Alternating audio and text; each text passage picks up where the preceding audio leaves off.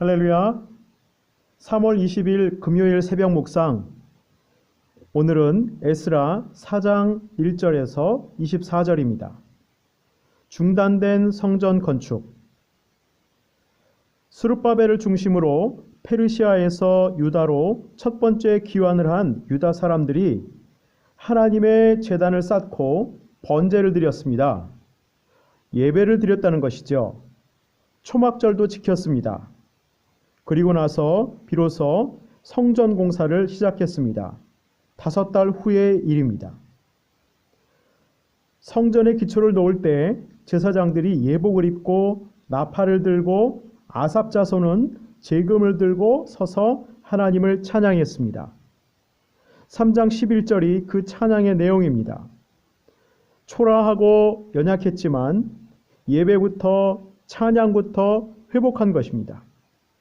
오직 하나님만 섬기고 하나님만 의지하고 하나님 백성으로서 합당하게 살겠다고 다짐하고 예배하는 그런 시간이었습니다. 그들은 첫 번째 출애굽도 또 두 번째 출애굽인 바벨론 즉 페르시아의 포로 귀환도 예배의 회복을 위한 것이었습니다. 성전 건축을 위한 것이었죠. 그들은 예배의 사람들이었고 하나님을 예배하는 것이 그들 이스라엘 됨을 말할 수 있는 것이었습니다.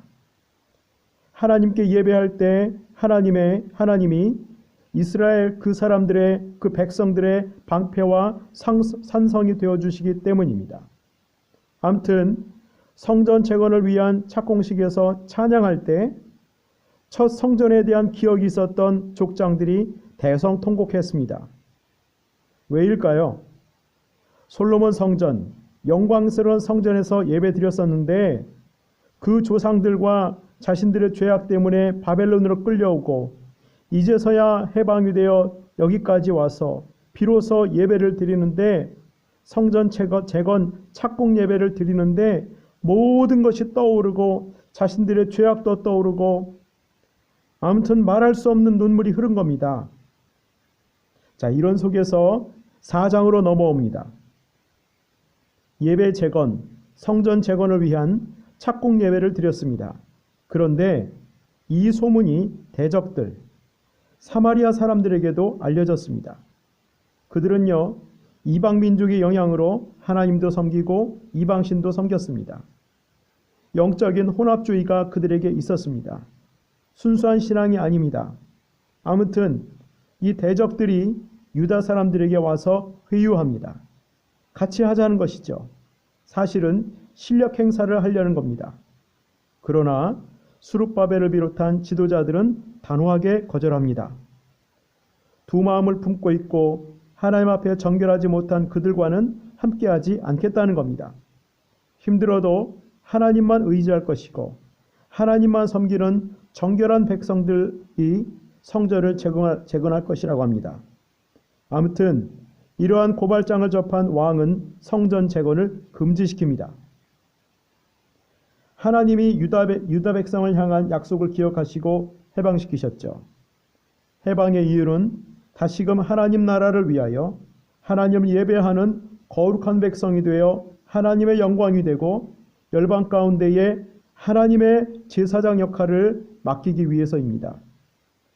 민족의 부르심을 수행하기 위해서이죠. 예배는 핵심이었습니다. 그들의 핵심이 예배였습니다. 예배를 회복하는 것입니다. 하나님은요, 자신의 죄악을 깨닫고 애통해하고 진심으로 하나님을 찾고 예배하는 사람들에게 회복을 주십니다. 죄와 허물로 죽었던 지난 날을 애통할 때 긍휼과 자유함의 은혜가 있습니다. 우리의 삶이, 나라가, 사회가 황폐하게 되었나요? 하나님이 우리에게 원하신 것은 예배의 회복입니다. 회개의 회복, 애통함의 회복입니다. 두려움과 낙심, 어려운 일들이 몰려올 때에 우리가 해야 될 일은 내 나름대로의 예배가 아니고요. 하나님이 원하시는 그 예배의 단을 쌓고 하나님을 주인의 자리로 모시는 것입니다. 영과 진리로 예배할 때 성령이 임재하실 때 두려움이 물러가고 하나님이 주시는 평안이 있습니다. 그리고 하나님이 일하실 때에 실제로 삶의 역전이 일어납니다. 하나님의 일은요, 동기와 과정이 중요합니다. 누가 주인인가, 그것이 정말 중요한 것입니다. 모든 순간 하나님이 주인 되시고 그 하나님 앞에 순종과 헌신과 믿음으로 이루어져야 됩니다. 순종, 헌신, 믿음, 이 모든 것 삶의 예배죠. 어렵더라도 하나님의 방법으로, 하나님이 원하시는 방법으로 예배하시기 바랍니다. 내 생각으로 합리화하지 마시고 순수한 믿음으로 행하다 보면 역경이 찾아올 수 있습니다. 교회가 예배하려 하는데 나라가 사회가 질병이 예배를 제한할 때가 있습니다. 코로나 속에서 우리가 공적으로 모여서 예배 드리는 것이 제한되었습니다. 예배에 어려움이 왔습니다. 영상으로 예배를 드리긴 하지만 온전하지는 않습니다. 코로나 때문에 두려움이 있습니다. 막막함이 있습니다. 학교, 사업체, 직장, 교회, 나라, 막막함과 두려움, 걱정, 불안이 앞서기도 합니다. 사람이기 때문에 당연한 것이고 정상적입니다. 서로 위로하긴 하지만 사람의 위로는 일시적입니다. 제한적입니다. 사람들은 뭐라도 붙잡고 싶어 합니다. 왜 붙잡고 싶어 할까요? 연약하기 때문이죠. 자신이 연약하다는 것, 혼자서는 아무것도 할 수 없다는 것, 직감적으로 아는 겁니다. 그래서 뭔가를 의지하려고 하는 겁니다. 그런데 그 의지하는 대상이 정말 나를 지켜줄 수 있나요? 여러분, 우리를 지켜줄 수 있는 그 대상 있습니다. 바로 하나님이십니다. 부활하신 예수 그리스도, 성령 안에서 우리와 함께 하십니다. 주의 선한 손이 우리를 지키십니다. 예배하는 사람, 하나님을 주인으로 인정하고 항복하는 사람, 믿음과 순종함으로 그물을 던지는 사람, 주의 긍휼과 자비를 구하는 사람, 이런 사람 하나님이 함께 하시고 지키십니다. 예배를 중단해서는 안 됩니다.